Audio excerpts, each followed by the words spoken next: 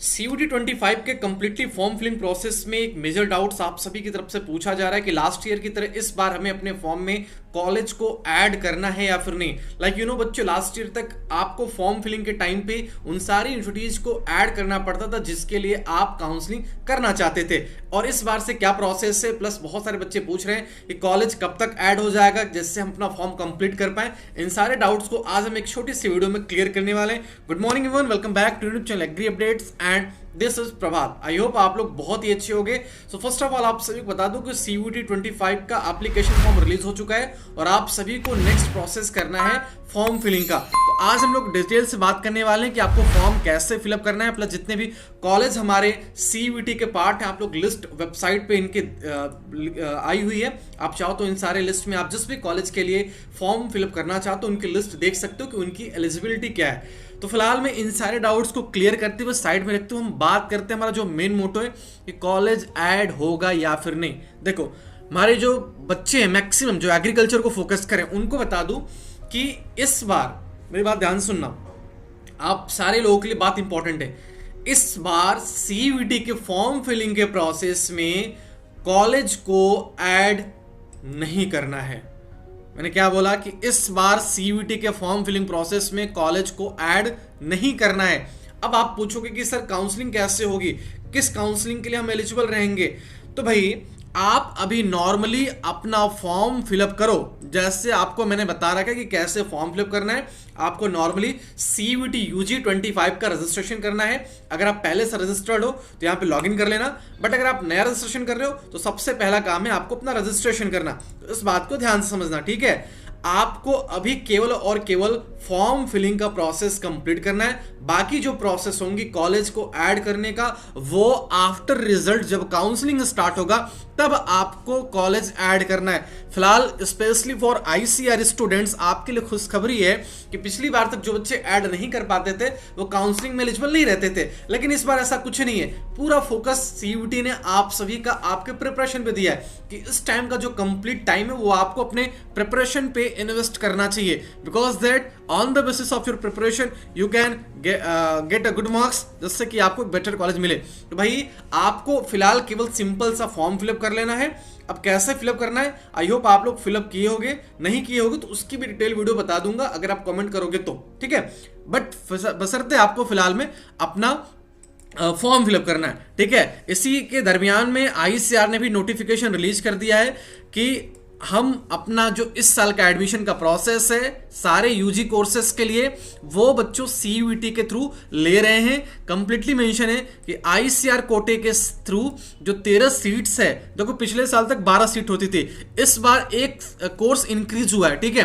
13 courses अलग अलग हो गए हैं। पिछले साल तक 12 कोर्सेस था, BSc agriculture, horticulture, forestry, fisheries, community science, dairy technology, food nutrition, इसके अलावा कम्युनिटी साइंस, ठीक है, और बीटेक एग्रीकल्चर इंजीनियरिंग, इन सारे कोर्सेस में सेरिकल्चर वगैरह में लास्ट ईयर तक ICR एडमिशन देती थी, बट इस बार से एक नया कोर्स ऐड हुआ है BSc honours agri business management, BSc AVM, तो वो भी ICR के थ्रू एडमिशन मिलेगा। इन्होंने क्लियरली बता दिया है कि हमारा इस साल का एडमिशन आपके CUET के बेसिस होगा।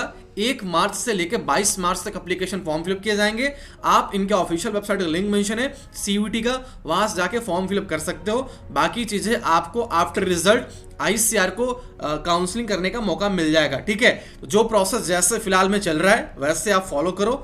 इन फ्यूचर जो भी चीजें आएंगी अपडेट वो आपको बता दिया जाएगा, ठीक है। तो जितने भी कॉलेज हमारे, हालांकि ICR भी जो कॉलेज पार्ट हैं CUET के सबका डिटेल मेंशन है यहाँ पे। आप चाहो देखो यहाँ पे ICR के नाम मेंशन है। अब इनकी एलिजिबिलिटी में यहाँ पे कुछ भी नहीं दिखा रहा, क्यों? क्योंकि ये तब दिखाएगा जब आपका रिजल्ट आ जाएगा, जब आप काउंसलिंग के लिए प्रिपेयर हो जाओगे। तो फिलहाल में केवल और केवल आप सभी को CUET का फॉर्म फिलअप करना है। कॉलेज ऐड करने की कोई आवश्यकता नहीं है, इवन फॉर्म में कॉलेज ऐड करने का ऑप्शन भी नहीं आएगा।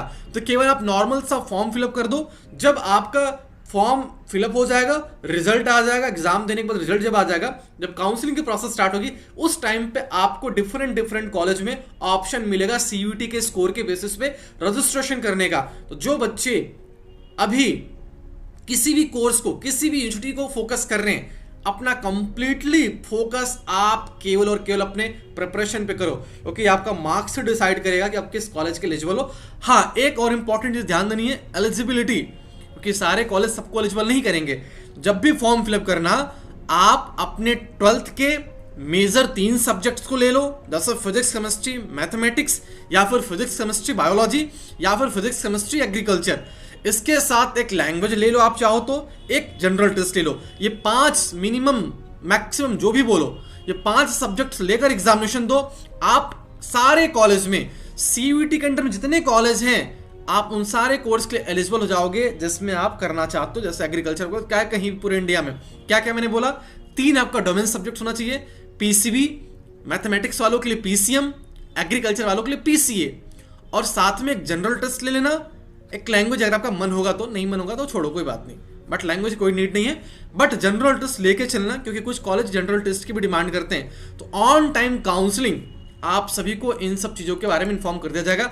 बाकी फिलहाल में अगर आप किसी पर्टिकुलर यूनिवर्सिटी को टारगेट कर रहे हो तो सीयूटी का ऑफिशियल वेबसाइट पर आकर के यहाँ पे जितने कॉलेज हैं, जैसे सेंट्रल यूनिवर्सिटीज है, जो सेंट्रल यूनिवर्सिटीज है, जैसे कि मैं बताऊं तो बीएचयू, तो बीएचयू का क्या सीन है वो आपको यहाँ पे इनके एलिजिबिलिटी क्राइटेरिया में देखने को मिल जाएगा। इसके बेसिस पे आप अपने सब्जेक्ट्स को चूज कर सकते हो, ठीक है। ऐसे ही आप जिस भी कॉलेज को चाहो, जितने भी कॉलेज यहाँ पे मेंशन है, इसमें से जिस भी कॉलेज में आप एडमिशन लेना चाहते हो, उन सभी की वेबसाइट पर आकर एलिजिबिलिटी को देख सकते हो। जैसे अगर मैं HNBGU हेमंती नंदन बहुगुणा गढ़वाल यूनिवर्सिटी श्रीनगर की बात करूं तो बीएससी फॉरेस्ट्री के कोर्स के लिए, बीएससी हॉर्टिकल्चर कोर्स के लिए यहाँ पे पीसीएम के बच्चे एलिजिबल हैं, पीसीबी के साथ आप एलिजिबल हो, पीसीए के साथ एलिजिबल हो, या फिर एग्रीकल्चर बायोकेमिस्ट्री एबीसी वाले बच्चे भी एलिजिबल हैं। तो मिनिमम आप 3 सब्जेक्ट्स लेकर चलो और एक जनरल टेस्ट, ठीक है। या तो आप फिजिक्स केमिस्ट्री बायो एग्रीकल्चर ले लो, फिजिक्स केमिस्ट्री मैथ एग्रीकल्चर ले लो, फिजिक्स केमिस्ट्री एग्रीकल्चर ले लो, या फिर आप एबीसी के साथ एग्जामिनेशन दे सकते हो प्लस एक जनरल टेस्ट ले लेना, ठीक है। ये 4 सब्जेक्ट लेकर चलो। आप हर यूनिवर्सिटीज के लिए, एग्रीकल्चर के लिए, आर्ट कोर्सेज में मतलब पूरे इंडिया में, ऑल इंडिया में हर जगह एलिजिबल हो, ठीक है। आई होप आपको ये वीडियो समझ में आ गया होगा। फिलहाल में आपको कोई भी कॉलेज ऐड करने की आवश्यकता नहीं है फॉर्म को, बशर्ते विदाउट कॉलेज ऐड करो, विदाउट कॉलेज फॉर्म को प्रोसीड करो।